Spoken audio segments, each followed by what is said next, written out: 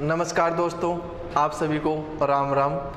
अब देखिए, फिर से आपका कलाम कोचिंग के ऑनलाइन प्लेटफॉर्म पर सभी का हार्दिक स्वागत है। सभी इस माध्यम से अपन जुड़ रहे हैं, ठीक है। तो आज अपन ने देखे, सबसे पहले अपन पढ़ते हैं कंप्यूटर का जो पार्ट है CPU, उसके बारे में अपन पढ़ते हैं। कौन कौन सा पार्ट होता है, क्या क्या काम करता है, बेसिकली अपन एक बार फिर से इस चीज़ के बारे में अपन जानकारी लेते हैं। देखिए, अपन इससे पहले पढ़ लिया अपन ने, जैसे कंप्यूटर की परिभाषा, संरचना, उन सभी के बारे में अपन ने पढ़ लिया है। उन सब के बारे में पढ़ने के बाद और कंप्यूटर की परिभाषा अपन ने पढ़ी थी। कंप्यूटर की परिभाषा मैं एक बार फिर से आप लोगों को बता देता हूं दोस्तों। कंप्यूटर की परिभाषा क्या होती है? कंप्यूटर की परिभाषा होती है, कंप्यूटर एक ऐसी इलेक्ट्रॉनिक मशीन है जो यूजर के द्वारा दिए गए निर्देशों को स्वीकार करती है और उनका रिजल्ट या उनका आउटपुट यूजर को प्रदान करती है। ठीक है, यूजर कौन है दोस्तों? अपन है। हमारे द्वारा दी गई कमांड को कंप्यूटर है वो स्वीकार करता है और उनका रिजल्ट हमें बाहर प्रदान करता है। ये परिभाषा अपन बोल सकते हैं। एक दूसरी परिभाषा दोस्तों मैंने आपको बताई कंप्यूटर की, कि कंप्यूटर शब्द का आविष्कार क्या हुआ, कैसे हुआ, किसने किया, ये सब अपन यहाँ पर पढ़ते हैं। देखो, ये तो आपको सभी को पता है कि कंप्यूटर का आविष्कार किसने किया। कंप्यूटर का आविष्कार किया चार्ल्स बेबेज ने आविष्कार किया है इसका। ठीक है, आपने कंप्यूटर के इतिहास में ये चीज़ पढ़ी हुई थी कि कंप्यूटर का आविष्कार किसने किया। कंप्यूटर का आविष्कार किसने किया? चार्ल्स बेबेज ने किया। अब उसमें भी आपने देखा होगा दोस्तों, दो नाम आपके सामने आते हैं। एक तो आता है आपका चार्ल्स बेबेज, बहुत जगह आप देखते हो। एक दूसरा नाम आता है आपके सामने चार्ल्स बेबेज। देखिए दोस्तों, अपने सामने दो नाम हैं। इन दो नामों में अपन एग्जाम में काफ़ी बार कंफ्यूज होते हैं। एग्जामिनर क्या करता है कि इन दोनों नामों को काफ़ी बार दे देता है, ठीक है। और बहुत सी नोट्स, बहुत सी बुक्स वगैरह में अपन देखते हैं तो बहुत बुक्स में ये लिखा होता है चार्ल्स बेबेज, जबकि दोस्तों ये क्या है? गलत। ये क्या है? गलत। कहीं पर भी अगर कोई ये क्वेश्चन आए कि कंप्यूटर का आविष्कार किसने किया, अगर ये क्वेश्चन आपके सामने आता है, कंप्यूटर का आविष्कार किसने किया, और आपके सामने दोनों ऑप्शन आते हैं, तो दोस्तों उसमें से सही होगा क्या? Charles Babbage. गलत कौन सा होगा? Charles Babbage. कंप्यूटर के जनक कौन होते हैं? चार्ल्स बेबेज ने किया था। कंप्यूटर का आविष्कार किसने किया था? चार्ल्स बेबेज ने किया था। इस चीज को आपको ध्यान में रखना है। बहुत सी एग्जाम्स में अपन देखते हैं दोनों नाम आते हैं, चार्ल्स बेबेज भी लिखा हुआ आता है, चार्ल्स बेबेज भी आता है। तो अपन क्या करते हैं, उस एग्जाम के अंदर कंफ्यूज हो जाते हैं। तो अपने को इस नाम को ध्यान में नहीं रखना है दोस्तों, अपने को नाम ध्यान में रखना है चार्ल्स बेबेज। कंप्यूटर का आविष्कार किसने किया? चार्ल्स बेबेज ने किया। अब इसके बाद में अपन आगे पढ़ते हैं दोस्तों। अब देखिए, अपन को बहुत सी चीजें हैं इसमें अलग अलग देखने को मिलेंगी। जैसे बहुत कंप्यूटर में से कार्य हैं जो अलग अलग प्रकार से होते हैं। डबल कार्य होते हैं, ट्रिपल कार्य, मतलब कि अपन एक ही कमांड से बहुत से कार्य करते हैं। इन सब चीज़ों के बारे में भी अपन यहाँ पर आगे पढ़ेंगे दोस्तों। अब देखिए, कंप्यूटर की परिभाषा मैंने आपको पहले क्लास में भी बताया है, दोबारा भी बता दिया और एक बार फिर बता रहा हूं कि कंप्यूटर एक ऐसी इलेक्ट्रॉनिक मशीन है जो यूजर द्वारा दी गई कमांड को स्वीकार करती है और उन पर रिजल्ट प्रदान करती है। और इस चीज को ध्यान में रखना है कि कंप्यूटर के पिता किसे कहा जाता है या आविष्कारक किसे कहा जाता है। कंप्यूटर का आविष्कार किसने किया? चार्ल्स बेबेज ने किया। किसने किया? चार्ल्स बेबेज ने किया। कंप्यूटर के पिता किसे कहा जाता है? चार्ल्स बेबेज को कहा जाता है। ठीक है दोस्तों, अब अपन इसको आगे पढ़ते हैं। अब देखिए, आगे की क्लास के अंदर क्या है दोस्तों, अपना CPU जो अपन लेकर चलते हैं। कंप्यूटर के चार मुख्य पार्ट मैंने आपको पढ़ाए हैं। कौन सा होता है? CPU होता है, मॉनिटर होता है, कीबोर्ड होता है और माउस होता है। उसमें सबसे पहले पढ़ते हैं अपन CPU पढ़ते हैं दोस्तों। CPU की फुल फॉर्म क्या होती है, इस चीज को आप ध्यान में रखो। बहुत जगह आपको अलग अलग मिलती है, इसको भी आप अलग अलग पढ़ पाते हो, लेकिन अपन इसकी क्या पढ़ते हैं? CPU की फुल फॉर्म पढ़ते हैं। अब देखिए दोस्तों, C का क्या हो गया? सेंट्रल। C का क्या होगा? सेंट्रल हो गया। P का क्या हो गया? प्रोसेस। प्रोसेसिंग या प्रोसेस बोल सकते हैं। सी का सेंट्रल प्रोसेसिंग, यू का क्या हो जाएगा दोस्तों, यूनिट, यूनिट हो गया। अब देखिए दोस्तों इसके अंदर आपका हो गया सेंट्रल प्रोसेसिंग यूनिट। सीपीयू की फुल फॉर्म क्या होती है, सेंट्रल प्रोसेसिंग यूनिट। इस चीज को आपको मुख्य रूप से ध्यान में रखना है दोस्तों कि सीपीयू की फुल फॉर्म क्या होती है, सेंट्रल प्रोसेसिंग यूनिट होती है। आपने बहुत जगह एक और भी देखा होगा, कंट्रोल यूनिट भी देखा होगा, कंट्रोल प्रोसेसिंग यूनिट, ये भी देखा होगा। अब सीपीयू की फुल फॉर्म आपको दो मिलती है, सेंट्रल प्रोसेसिंग यूनिट और कंट्रोल प्रोसेसिंग यूनिट। तो अपन ने देखा है दोस्तों कि जहां पर अगर सेंट्रल प्रोसेसिंग यूनिट आती है तो आपको कौन सा करना है, सेंट्रल प्रोसेसिंग यूनिट करना है। मुख्य रूप से सेंट्रल प्रोसेसिंग यूनिट ही इसकी क्या होती है, परिभाषा होती है। लेकिन अपन ने देखा है कि कंट्रोल प्रोसेसिंग यूनिट जो सीयू की फुल फॉर्म होती है, जो कंप्यूटर में अपन ने आगे अभी पढ़ेंगे, सीयू पढ़ा था ना, कंट्रोल यूनिट, पहले भी आपने देखा होगा, एक बार मैंने बताया है आपको कंट्रोल यूनिट। तो इसको क्या बोलेंगे यहां पर अपन, कंट्रोल प्रोसेसिंग यूनिट भी बोल सकते हैं। तो इसमें क्या होती है, दोनों ही फुल फॉर्म आपकी क्या रहेंगी, सही रहेंगी। एग्जाम में दोनों में से एक आपके आ सकती है, चाहे तो सेंट्रल प्रोसेसिंग यूनिट भी आएगी और कंट्रोल प्रोसेसिंग यूनिट भी आएगी, दोनों नहीं आएंगी एक साथ। एक आएगी इनमें से, या तो सेंट्रल प्रोसेसिंग यूनिट आएगी या फिर कंट्रोल प्रोसेसिंग यूनिट आएगी दोस्तों। अब देखिए दोस्तों अपन सीपीयू के बारे में क्या करते हैं, पढ़ते हैं दोस्तों। सीपीयू क्या है, यूजर द्वारा दी गई कमांड को, सीपीयू क्या है, यूजर द्वारा दी गई कमांड को क्या करता है, स्वीकार करता है। सीपीयू क्या करता है, यूजर द्वारा दी गई कमांड को स्वीकार करता है, उस पर गणना करता है, गणना करके यूजर को वापस उसका क्या देता है दोस्तों, रिजल्ट देता है। सीपीयू का मुख्य कार्य क्या है, कंप्यूटर के अंदर सीपीयू का मुख्य और अहम कार्य होता है दोस्तों, वो यूजर यानी कि हमारे द्वारा दी गई कमांड को सीपीयू क्या करता है दोस्तों, एक्सेस करता है, अपने अंदर लेता है, उन कमांड्स को प्रोसेस करवाता है, उनका रिजल्ट हमें वापस आउटपुट के द्वारा प्रदान करता है। तो अपन इस चीज को, सीपीयू को यहां पर पढ़ सकते हैं दोस्तों कि सीपीयू की फुल फॉर्म होती है सेंट्रल प्रोसेसिंग यूनिट या कंट्रोल प्रोसेसिंग यूनिट। और दूसरा अपन पढ़ सकते हैं दोस्तों कि यूजर द्वारा दी गई कमांड को स्वीकार करता है और उसकी वास्तविक गणना आउटपुट के रूप में, और उसकी वास्तविक गणना आउटपुट के रूप में हमें प्रदान करता है। अब सीपीयू के बाद में दूसरा आता है दोस्तों आपका ALU। सीपीयू का ही भाग होता है, मैंने आपको एक डायग्राम के द्वारा बताया था, ये सीपीयू का भाग है, जैसे ये सीपीयू हो गया आपका, ठीक है, ये सीपीयू है।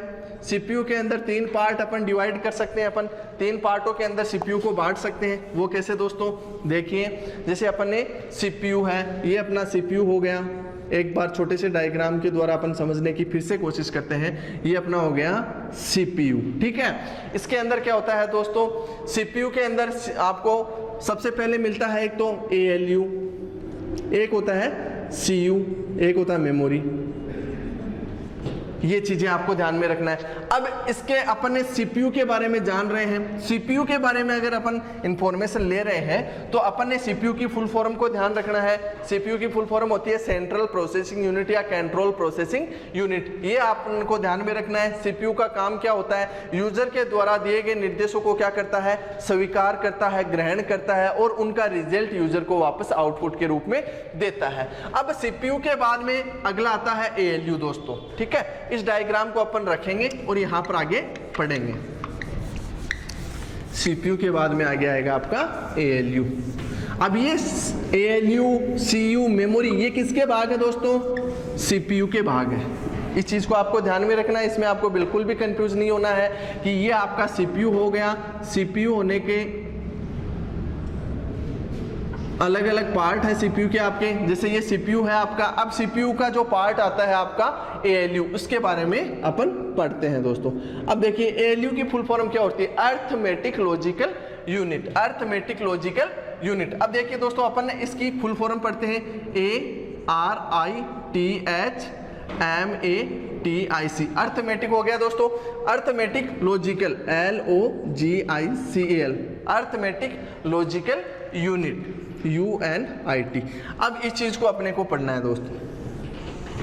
इस चीज को अपने को पढ़ना है। अब देखिए सीपीयू के बारे में अपन ने पढ़ लिया। सीपीयू की ज्यादा नहीं पूछता है, बहुत बार सीपीयू का इतना ही पूछता है कि सीपीयू की फुल फॉर्म क्या होती है। सीपीयू की फुल फॉर्म होती है आपकी सेंट्रल प्रोसेसिंग यूनिट या कंट्रोल प्रोसेसिंग यूनिट। यूजर द्वारा दी गई कमांड को ये एक्सेस करता है और रिजल्ट के रूप में यूजर को वापस देता है। सीपीयू के मुख्य पार्ट होते हैं एएलयू, सीयू और मेमोरी। इस चीज को ध्यान में रखना, बहुत बार एग्जाम में पूछता है कि सीपीयू के मुख्य कितने पार्ट होते हैं। तो सीपीयू के मुख्य कितने पार्ट होते हैं दोस्तों? 3 पार्ट होते हैं आपके। 3 पार्ट कौन कौन से? एक तो आपका एएलयू होता है, सीयू होता है और मेमोरी होता है दोस्तों।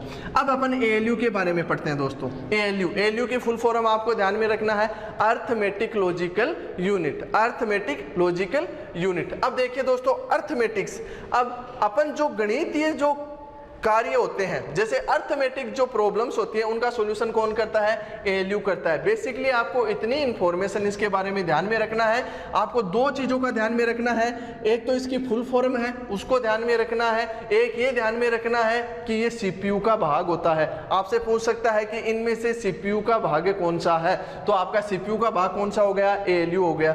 दूसरा आपको क्वेश्चन पूछ सकता है एएलयू की फुल फॉर्म बताइए, तो एएलयू की फुल फॉर्म आप बताओगे अर्थमेटिक लॉजिकल यूनिट। ये आपको फुल फॉर्म बतानी है दोस्तों। दूसरी इसका कार्य क्या होता है, ये चीज आप याद रखना। तो इसका कार्य सुनिए दोस्तों, एएलयू का क्या कार्य होता है? अर्थमेटिक्स प्रॉब्लम को सोल्व करने का कार्य किसका होता है? एएलयू का होता है। अर्थमेटिक्स प्रॉब्लम का सोल्व करने का कार्य किसका होता है? एएलयू का होता है। अब अर्थमेटिक्स प्रॉब्लम्स आप सभी को पता है कौन सी होती है। देखिए दोस्तों अर्थमेटिक्स प्रॉब्लम्स, जैसे कि अपन गणित ये जो कार्य होते हैं, जैसे कि मैंने ये मानो कि कंप्यूटर को एक छोटा सा योग दिया, 5 + 5 दे दिया। अब ये अर्थमेटिक्स जो प्रॉब्लम्स होती हैं उनका सॉल्यूशन कौन करेगा? एएलयू करेगा। तो इसका रिजल्ट हमें कितना देगा? एएलयू 10 देगा। ठीक है। अब ये कार्य कौन करेगा? आपका एएलयू करेगा। और किसके द्वारा देगा? आउटपुट के द्वारा।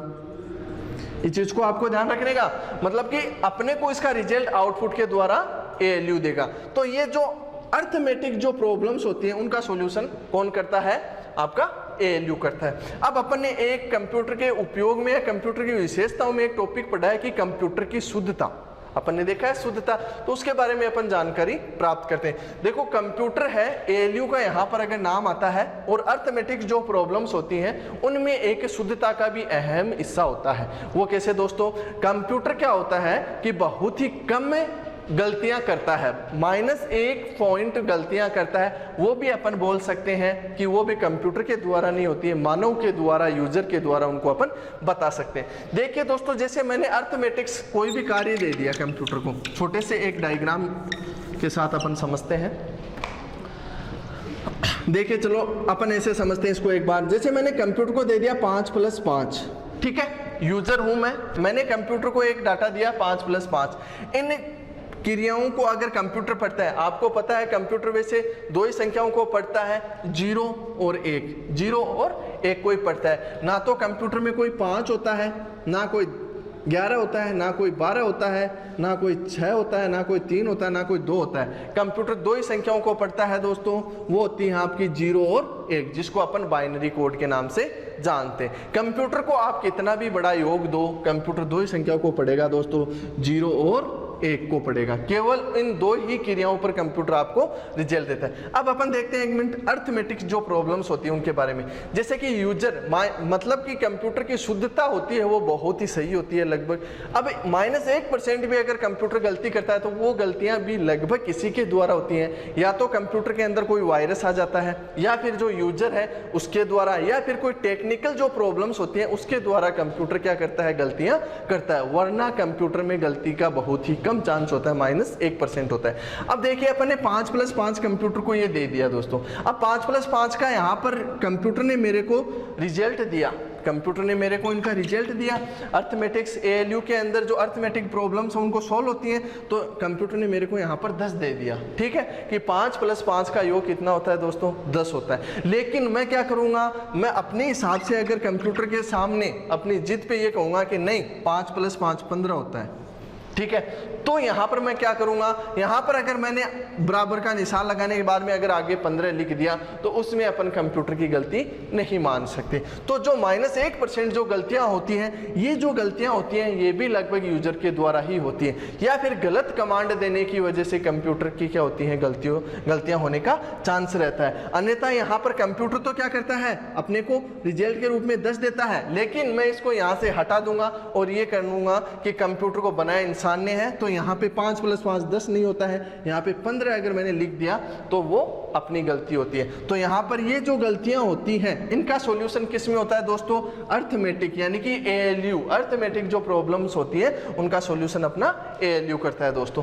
अब ALU अपन ने पढ़ लिया, देखो दोस्तों CPU है, CPU का पार्ट है, अपन ने ALU पढ़ लिया। ALU के बाद में कौन सा आता है दोस्तों, CU आता है। अब CU के बारे में पढ़ते हैं। CU की फुल फॉर्म मैंने आपको पहले भी क्लास में बताई है और दोबारा भी बता रहे हैं और आगे भी बताते रहेंगे। तो दोस्तों अपन ने CU की फुल फॉर्म है उसको ध्यान में रखा, क्या होती है, कंट्रोल यूनिट होती है। अब देखो दोस्तों नाम से ही पता चल रहा है कंट्रोल, तो कंट्रोल का मतलब है कि ये कंट्रोल करने का कार्य करता है। अब CU को अपन देखते हैं, देखो CU इसका मुख्य पार्ट होता है, एक कंप्यूटर का जो अहम पार्ट होता है उसके अंदर ये आता है। लगभग कंप्यूटर की जो क्रियाएं होती हैं उनकी जांच करने का काम कौन करता है, आपका CU करता है। CU अपन देखते हैं CU। अब CU की फुल फॉर्म क्या होती है, ठीक है, अपन यहां पर पढ़ते हैं। CU की फुल फॉर्म क्या होती है, कंट्रोल यूनिट।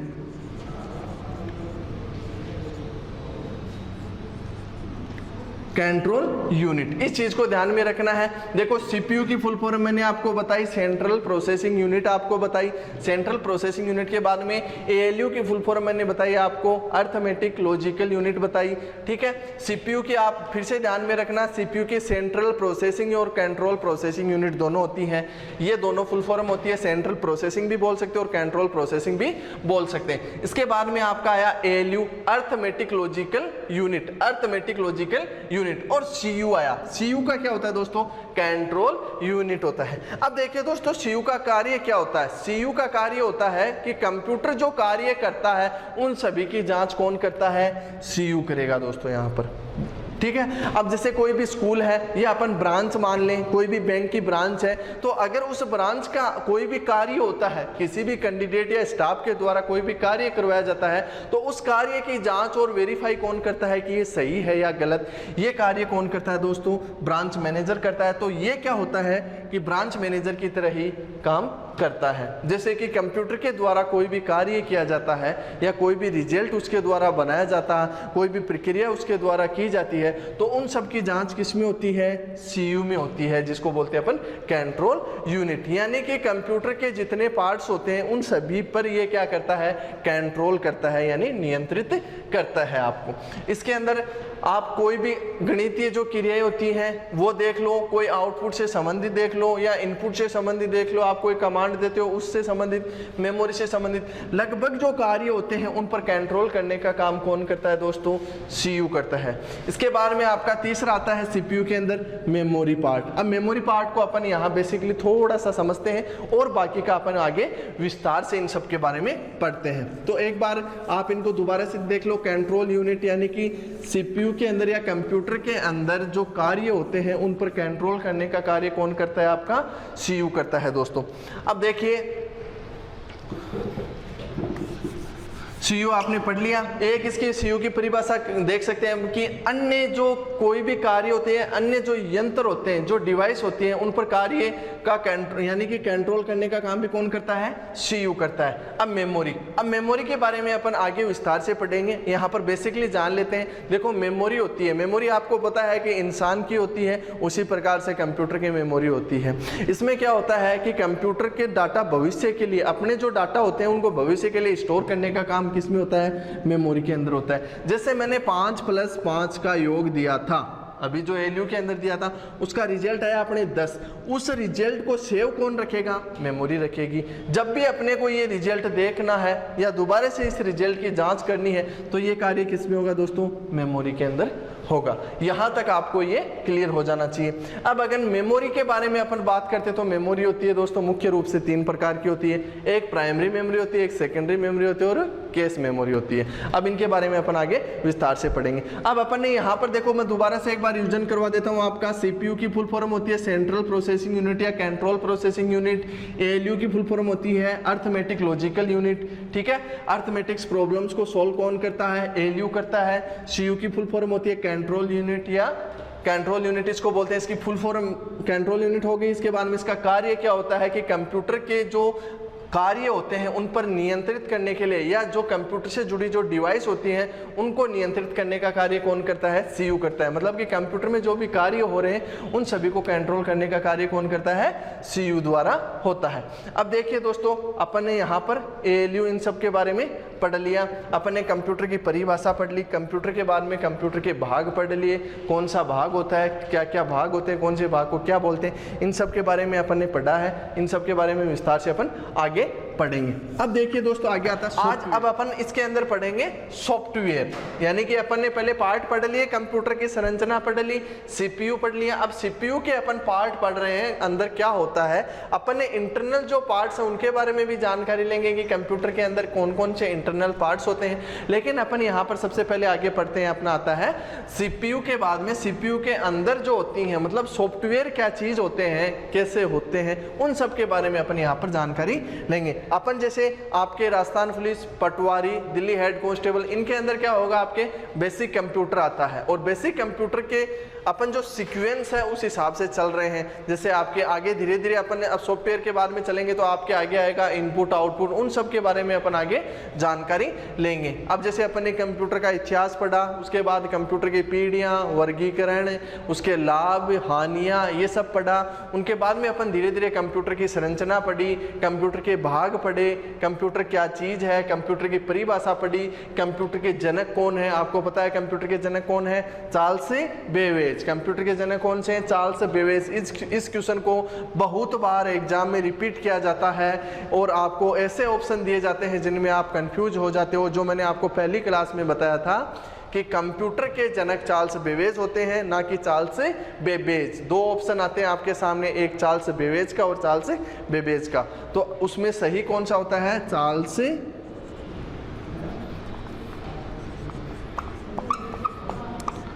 Charles Babbage. ये आपका सही क्वेश्चन होगा, इसको आप ध्यान में रखना दोस्तों, ठीक है। अब आज अपना टॉपिक होगा सॉफ्टवेयर, क्या चीज़ होते हैं और क्या चीज़ है सॉफ्टवेयर के अंदर, कैसे कैसे होते हैं, इन सब चीज़ों को अपन यहाँ पर पढ़ेंगे। तो अपना अब टॉपिक है सॉफ्टवेयर।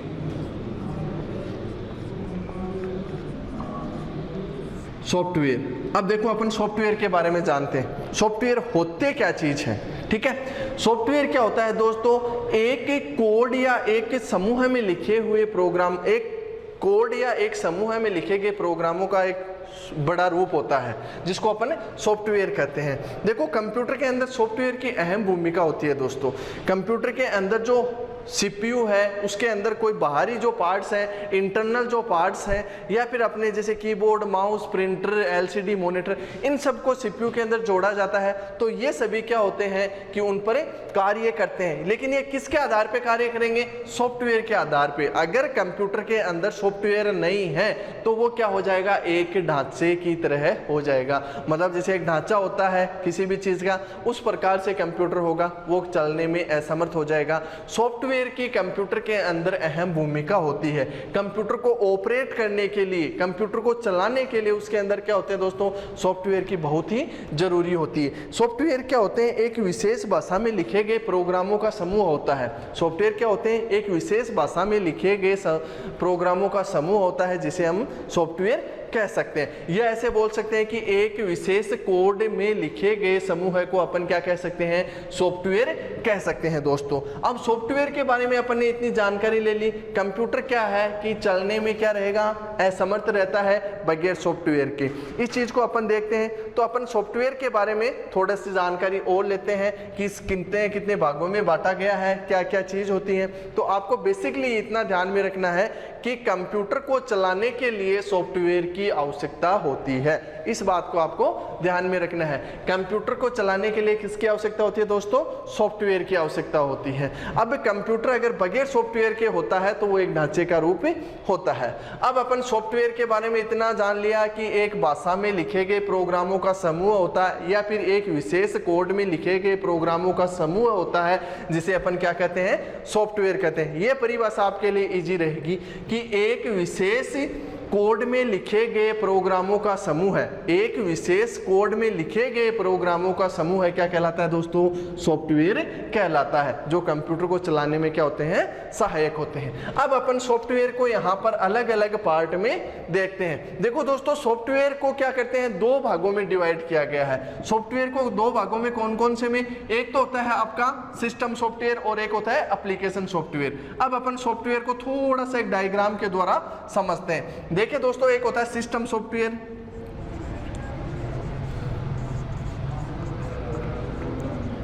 सिस्टम सॉफ्टवेयर हो गया आपका। एक मैंने आपको दूसरा बताया, कौन सा दोस्तों? एप्लीकेशन।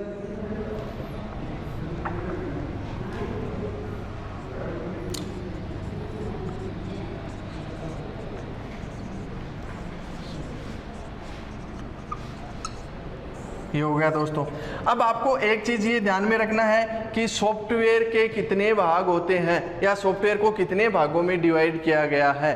तो सॉफ्टवेयर को मुख्य दो भागों में डिवाइड किया जाता है दोस्तों। एक तो हो गया आपका सिस्टम सॉफ्टवेयर और दूसरा हो गया आपका एप्लीकेशन सॉफ्टवेयर। सॉफ्टवेयर के बारे में तो आपने पढ़ ही लिया, क्या एक विशेष भाषा में या एक विशेष कोड में लिखे गए समूह को क्या कहते हैं? सॉफ्टवेयर कहते हैं, जिसको जो क्या काम आते हैं? कंप्यूटर को चलाने में अपनी अहम भूमिका रखते हैं। कंप्यूटर के हार्डवेयर हैं या फिर कंप्यूटर के इंटरनल जो पार्ट्स हैं, उन सभी को क्रियान्वित करने के लिए या चलाने के लिए किसकी आवश्यकता होती है? सॉफ्टवेयर की आवश्यकता होती है। इन परिभाषाओं को आप ध्यान में रखना। मैंने 2-3 परिभाषा आपको अलग अलग रूप से बता दी है कि ये एक विशेष कोड या विशेष समूह में लिखे प्रोग्राम होते हैं, जिनको अपन सॉफ्टवेयर कहते हैं।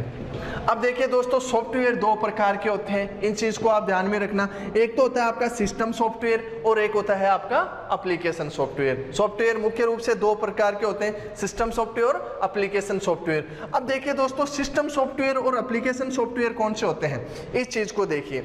अब सिस्टम सॉफ्टवेयर के बारे में जानते हैं। सिस्टम सॉफ्टवेयर क्या होते हैं दोस्तों? कि कंप्यूटर को चलाने में अहम भूमिका किसकी होती है? सिस्टम सॉफ्टवेयर की होती है। कंप्यूटर को चलाने में अहम भूमिका किसकी होगी? सिस्टम सॉफ्टवेयर की होगी। वो कैसे? जैसे कंप्यूटर के अंदर सिस्टम सॉफ्टवेयर का होना एक अति आवश्यक है। अगर सिस्टम सॉफ्टवेयर नहीं है तो एप्लीकेशन सॉफ्टवेयर भी काम नहीं करेंगे। ठीक है, तो अपने को जो सबसे मेन पॉइंट ध्यान में रखना है वो रखना है ये है कि सिस्टम सॉफ्टवेयर ऐसे सॉफ्टवेयर होते हैं जो कंप्यूटर को चलाने में क्या होते हैं दोस्तों? सहायक होते हैं। सिस्टम सॉफ्टवेयर क्या होते हैं? सहायक होते हैं। किसको? कंप्यूटर को चलाने के लिए। अब इसको एक ये भी ध्यान रख सकते हैं कि एक या एक से अधिक प्रोग्रामों का समूह है जिसका प्रयोग कंप्यूटर सिस्टम को ऑपरेट करने के लिए किया जाता है, उसे क्या कहते हैं दोस्तों? सिस्टम सॉफ्टवेयर कहते हैं। उसे क्या कहेंगे अपन? सिस्टम सॉफ्टवेयर कहते हैं। अब सिस्टम सॉफ्टवेयर को एक कहते हैं ऑपरेटिंग सिस्टम। सिस्टम सॉफ्टवेयर का दूसरा नाम क्या होता है? ऑपरेटिंग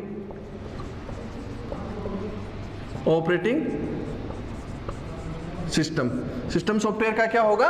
ऑपरेटिंग सिस्टम होता है, जिसके बारे में भी अपन अभी आगे पढ़ेंगे। देखिए दोस्तों, सबसे पहले अपने ये पढ़ा कि सिस्टम सॉफ्टवेयर होते हैं वो कंप्यूटर को चलाने में सहायक होते हैं। कंप्यूटर का जो पार्ट होता है उसकी एक अहम भूमिका निभाते हैं। कौन से? System software. इनमें आप कंफ्यूज नहीं होना। और सिस्टम सॉफ्टवेयर के द्वारा ही एप्लीकेशन सॉफ्टवेयर को क्या किया जाएगा? एजुकेट किया जाएगा, मतलब चलाया जाएगा। सिस्टम सॉफ्टवेयर के द्वारा ही एप्लीकेशन सॉफ्टवेयर को चलाया जाता है दोस्तों। सिस्टम सॉफ्टवेयर की एक अहम भूमिका होती है कंप्यूटर के अंदर। कंप्यूटर को ऑपरेट करने का कार्य किसके द्वारा होता है? सिस्टम सॉफ्टवेयर के द्वारा होता है। अब इसको आप बेसिकली इतना भी ध्यान में रख सकते हो कि एक या एक से अधिक प्रोग्रामों का ऐसा समूह है जिसका प्रयोग कंप्यूटर सिस्टम को ऑपरेट करने के लिए किया जाता है, उसे क्या कहते हैं? सिस्टम सॉफ्टवेयर कहते हैं। यह परिभाषा आपको ध्यान में रखनी है। सिस्टम सॉफ्टवेयर का दूसरा नाम अपन बोल सकते हैं ऑपरेटिंग सिस्टम बोल सकते हैं। अब देखिए दोस्तों, अपन सिस्टम सॉफ्टवेयर अपन ने पढ़ लिया, सिस्टम सॉफ्टवेयर ने अपन ने पढ़ लिया। इसके बाद में आपका आता है एप्लीकेशन सॉफ्टवेयर। पहले मैं आपको सिस्टम सॉफ्टवेयर के जो एग्जाम्पल हैं एक दो उनके बारे में बता देता हूं। देखो, सिस्टम सॉफ्टवेयर के बारे में अपन ने पढ़ा, इसके एग्जाम्पल क्या होते हैं? एक तो होता है MS DOS। MS DOS जो ऑपरेटिंग सिस्टम होता है आपको पता है, MS DOS इसका एक एग्जाम्पल हो गया। MS DOS के बाद में आता है MS विंडो। क्या आएगा? MS window. MS विंडो भी एक इसका मुख्य पार्ट हो गया। इसके बाद में लाइनेक्स,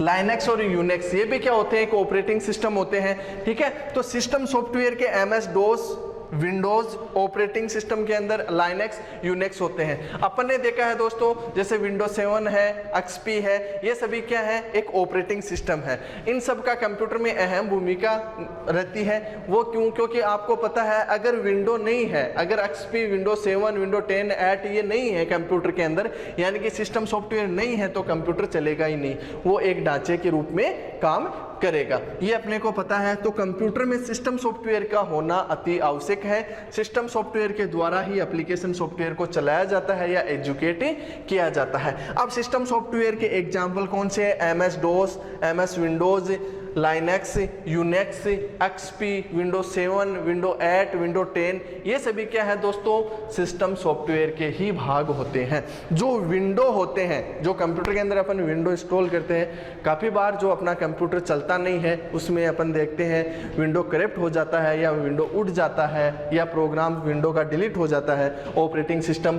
तो वो ऑपरेटिंग सिस्टम हमें अलग से इंस्टॉल करना पड़ता है, कंप्यूटर में डालना पड़ता है। तो वो किसका पार्ट होता है? सिस्टम सॉफ्टवेयर का पार्ट होता है, जिसको अपन अपनी भाषा में या कंप्यूटर के अंदर उसको विंडो बोलते हैं। तो विंडो अगर, अब बेसिकली आपको भी पता है कि जैसे आपने एप्लीकेशन सॉफ्टवेयर और सिस्टम सॉफ्टवेयर पढ़ रहे हो, तो अगर कंप्यूटर में विंडो इंस्टॉल नहीं है तो क्या कंप्यूटर आगे काम करेगा? बिल्कुल नहीं करेगा। तो यहाँ पर अपने को इतना ही समझना है कि अगर कंप्यूटर आगे काम नहीं कर रहा तो इसका मतलब कि सिस्टम सॉफ्टवेयर का होना कंप्यूटर में अति आवश्यक है। अगर सिस्टम सॉफ्टवेयर है तभी आपके एप्लीकेशन सॉफ्टवेयर चलेंगे। अब पढ़ते हैं अपन next application software. System software अपन पढ़ लिया, नेक्स्ट पढ़ते हैं अपन एप्लीकेशन सॉफ्टवेयर। देखो दोस्तों, एप्लीकेशन सॉफ्टवेयर क्या होते हैं कि एप्लीकेशन सॉफ्टवेयर यूजर के द्वारा ही तैयार किए जाते हैं या यूजर के द्वारा ही बनाए जाते हैं। इनको यूजर के द्वारा चेंज कर दिया जाता है या इनमें कोई चेंजिंग कर दी जाती है, काट पीट कर दी जाती है, इंस्टॉल या अनइंस्टॉल इनको कर दिया जाता है। एप्लीकेशन सॉफ्टवेयर भी क्या होते हैं? एक भाषा में या एक कोड में लिखे गए प्रोग्रामों का समूह होता है जिनको यूजर अपनी आवश्यकता अनुसार बनाता है। ठीक है, एप्लीकेशन सॉफ्टवेयर को भी आपको ऐसे ध्यान में रखना है कि यूजर अपनी आवश्यकता अनुसार जिन सॉफ्टवेयर को बनाता है वे एप्लीकेशन सॉफ्टवेयर आपके कहलाते हैं। अब सिस्टम सॉफ्टवेयर के बाद में आपका एप्लीकेशन सॉफ्टवेयर है। तो एप्लीकेशन सॉफ्टवेयर के अंदर आपने ये जान लिया कि आपके एप्लीकेशन सॉफ्टवेयर कौन से होते हैं। अब मैं आपको एप्लीकेशन सॉफ्टवेयर के बारे में थोड़ा सा बताता हूं कौन कौन से होते हैं। जैसे एप्लीकेशन सॉफ्टवेयर है, इतना ध्यान में रखना, एक विशेष भाषा का समूह है या एक प्रोग्रामों का समूह होता है जिनको यूजर अपनी आवश्यकता अनुसार बनाता है, जिनको यूजर अपनी आवश्यकता अनुसार चेंज कर सकता है और बदल सकता है। वे सभी क्या होते हैं? एप्लीकेशन सॉफ्टवेयर होते हैं। सिस्टम सॉफ्टवेयर के द्वारा ही क्या किया जाता है? एप्लीकेशन सॉफ्टवेयर को एजुकेट किया जाता है। अब एप्लीकेशन सॉफ्टवेयर के अंदर अपन पढ़ते हैं आगे क्या आते हैं। एप्लीकेशन सॉफ्टवेयर के अंदर जैसे आपके MS ऑफिस आ गया। MS ऑफिस किसका पार्ट आ गया दोस्तों?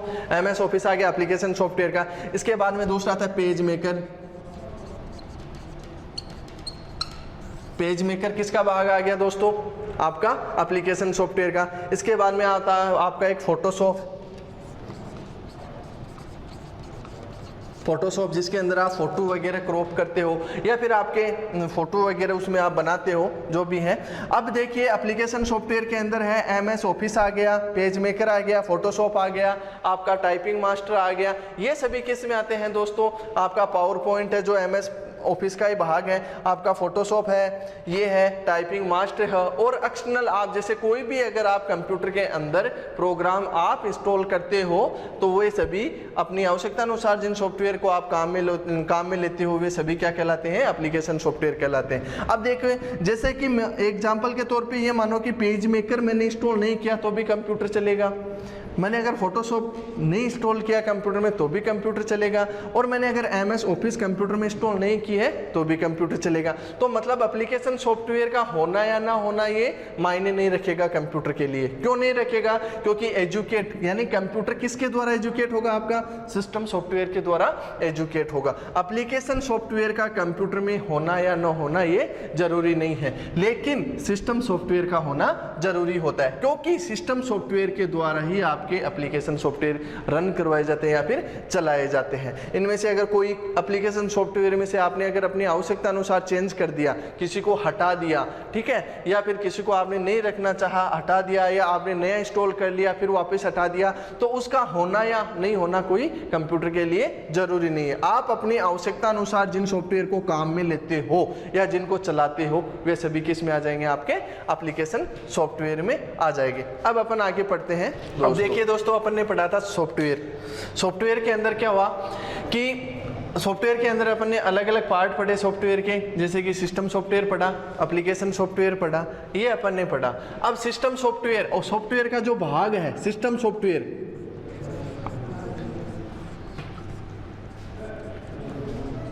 System software. अब सिस्टम सॉफ्टवेयर का दूसरा नाम क्या होता है? आपका ऑपरेटिंग सिस्टम। मैंने बताया था सिस्टम सॉफ्टवेयर का दूसरा नाम क्या होता है? Operating system. Operating system.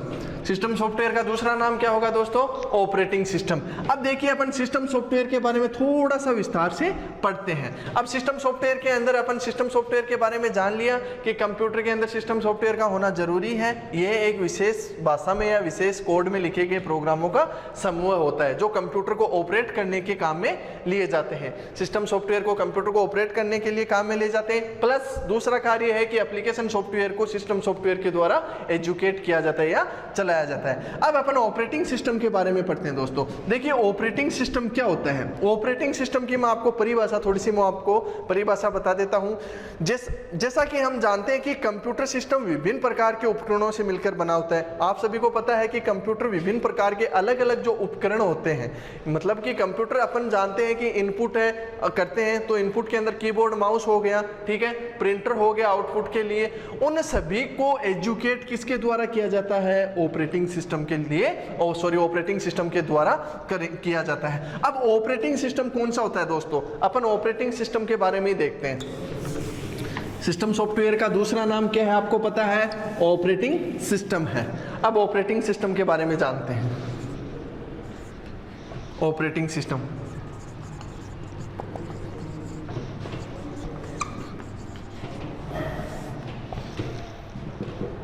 अब ऑपरेटिंग सिस्टम के बारे में देखते हैं। देखिए ऑपरेटिंग सिस्टम है जो आपके कंप्यूटर के अंदर पार्ट जुड़े हुए हैं, उन सभी को ऑपरेटिंग सिस्टम के द्वारा ही एजुकेट किया जाता है। जो आपका विंडो होता है, विंडो वो किसका भाग होता है सर? ऑपरेटिंग सिस्टम का होता है। विंडो का जो भाग होता है दोस्तों वो किस में आएगा? ऑपरेटिंग सिस्टम में आएगा। अब विंडो में आप क्या करते हो, चाहे तो वो विंडो 7 हो, चाहे XP हो, चाहे आपका विंडो 10 हो, ठीक है, या 8 हो, ये सभी किसका भाग होते हैं दोस्तों? ऑपरेटिंग सिस्टम का ही भाग होते हैं। मतलब कि सिस्टम सॉफ्टवेयर के ही भाग होते हैं, क्योंकि सिस्टम सॉफ्टवेयर का ही भाग कौन सा है? ऑपरेटिंग सॉफ्टवेयर या ऑपरेटिंग सिस्टम है।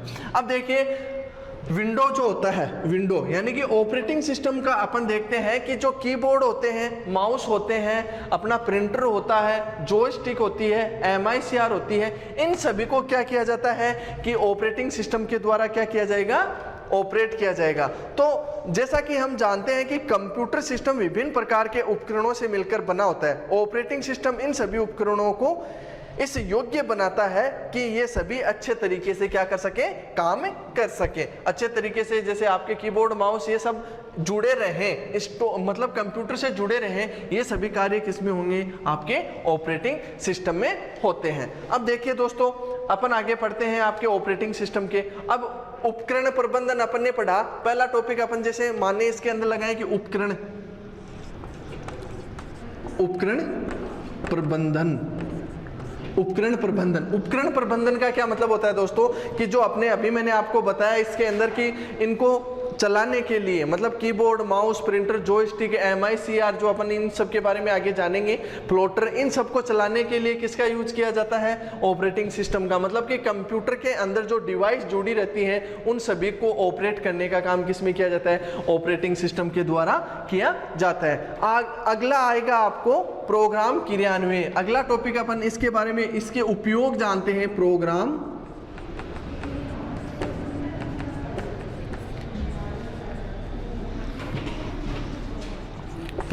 क्रियान्वयन। अब प्रोग्राम क्रियान्वयन के बारे में अपन जानते हैं। देखो, प्रोग्राम क्रियान्वयन में क्या होता है कि जो भी प्रोग्राम इंस्टॉल रहते हैं कंप्यूटर के अंदर, जो एप्लीकेशन प्रोग्राम इंस्टॉल रहते हैं कंप्यूटर के अंदर, उन सबको किसके द्वारा ऑपरेट किया जाता है? ऑपरेटिंग सिस्टम के द्वारा उनको क्या किया जाएगा दोस्तों? ऑपरेट किया जाएगा। इसके बाद में होती है कि सुरक्षा। आप पढ़ो सुरक्षा। जो सुरक्षा का मतलब है कि कंप्यूटर के अंदर अवांछित जो फाइलें होती हैं उनको रोकने का काम किस में होता है? ऑपरेटिंग सिस्टम में होता है। अवांछित फाइलें। अब सुरक्षा का जो टॉपिक है इसके बारे में अपन जानते हैं कि कंप्यूटर के अंदर कुछ अवांछित फाइलें होती हैं जिनके द्वारा कंप्यूटर क्या नहीं करता? प्रॉपर्ली काम नहीं करता। काफी बार टेक्निकल जो प्रॉब्लम्स होती हैं, या फिर अवांछित फाइलें जैसे वायरस जिसको अपन बोलते हैं, वायरस को रोकने के लिए एंटीवायरस बनाया जाता है ऑपरेटिंग सिस्टम का। ठीक है, मतलब ऑपरेटिंग सिस्टम में इंस्टॉल किया जाता है। उन सब से, या फिर कंप्यूटर के जो सॉफ्टवेयर होते हैं उन सब को बचाने के लिए, अवांछित जो कार्य या जो फाइलें होती हैं उन सबसे बचाने के लिए किसका यूज किया जाता है? ऑपरेटिंग सिस्टम का यूज किया जाता है। अब इसके अंदर एक होता है आपका यूजर इंटरफेस प्रदान करना। ऑपरेटिंग सिस्टम का दूसरा एक कार्य होता है यूजर इंटरफेस प्रदान करना। यूजर इंटरफेस प्रदान करना, जैसे इसका क्या तात्पर्य होता है दोस्तों कि ऑपरेटिंग सिस्टम यूजर को वह प्लेटफॉर्म प्रदान करता है जहां से वह विभिन्न प्रकार की एप्लीकेशन रन करवा सकता है। जहां से यूजर विभिन्न प्रकार की एप्लीकेशन रन करवा सकता है। जैसे कि अपने एप्लीकेशन सॉफ्टवेयर पढ़ा अपन ने, एप्लीकेशन सॉफ्टवेयर में जैसे MS ऑफिस पढ़ा, तो MS ऑफिस को रन करवाया जाता है। तो वो रन किस में होगा?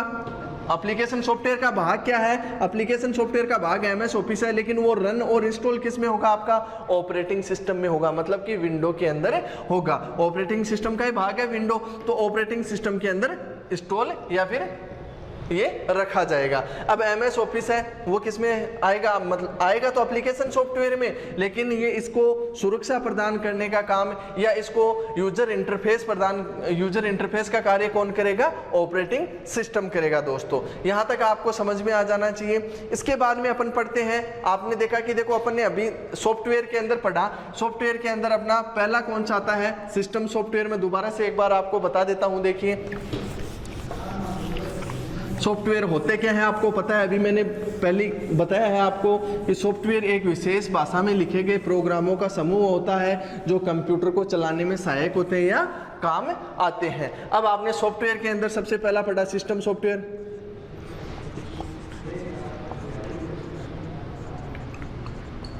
सिस्टम सॉफ्टवेयर आपने पढ़ लिया। सिस्टम सॉफ्टवेयर का भाग कौन सा हो गया? Operating system.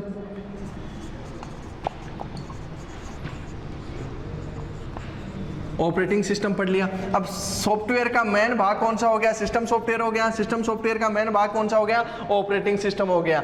अब इनके बाद में ये सारा पार्ट आपने पढ़ लिया कि सिस्टम सॉफ्टवेयर का होना कंप्यूटर के अंदर अति आवश्यक है और क्या क्या इसके लाभ है। इसके बाद में आता है दोस्तों आपका दूसरा एप्लीकेशन सॉफ्टवेयर, जो आपको मैंने पहले भी बताया है, दोबारा से एक बार मैं थोड़ा सा बता देता हूं। सॉफ्टवेयर का दूसरा भाग कौन सा आता है? Application software.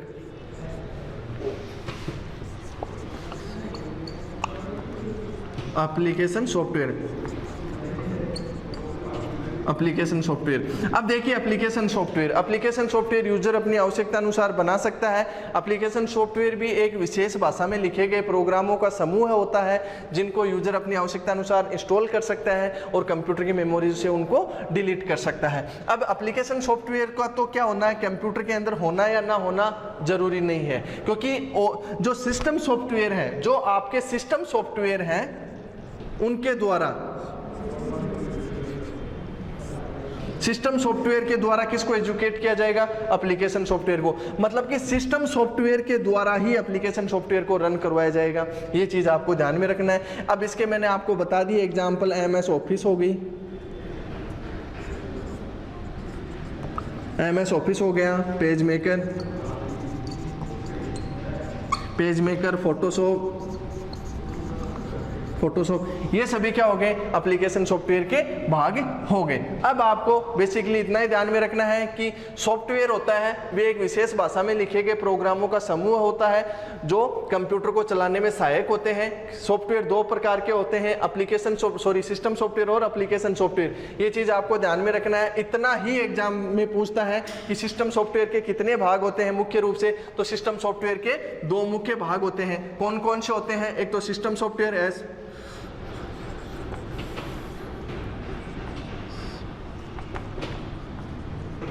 सॉफ्टवेयर, एक एप्लीकेशन।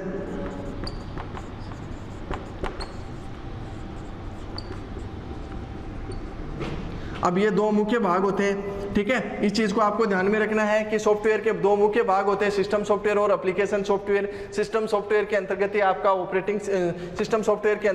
ऑपरेटिंग सिस्टम और विंडो आता है। इसके बाद में सिस्टम सॉफ्टवेयर के उपयोग कौन से होते हैं? सिस्टम सॉफ्टवेयर के द्वारा ही एप्लीकेशन सॉफ्टवेयर को रन करवाया जाता है या इनको चलाया जाता है। और एप्लीकेशन सॉफ्टवेयर होते हैं जो यूजर अपनी आवश्यकता अनुसार बना सकता है, चेंज कर सकता है, जिसके अंदर जैसे एग्जाम्पल के तौर पे MS ऑफिस है, पेज मेकर है, फोटोशॉप है, टाइपिंग मास्टर है, VLC प्लेयर है, मीडिया प्लेयर है। इन सभी को आप अपनी आवश्यकता अनुसार चेंज कर सकते हो, इंस्टॉल कर सकते हो, डाल सकते हो। तो वे सभी किस में आ जाएंगे? एप्लीकेशन सॉफ्टवेयर में आ जाएंगे। और सिस्टम सॉफ्टवेयर का आपको पता ही है कि सिस्टम सॉफ्टवेयर के द्वारा ही कंप्यूटर को एजुकेट या एप्लीकेशन सॉफ्टवेयर को एजुकेट किया जाता है। सिस्टम सॉफ्टवेयर का मुख्य भाग कौन सा है? Operating system.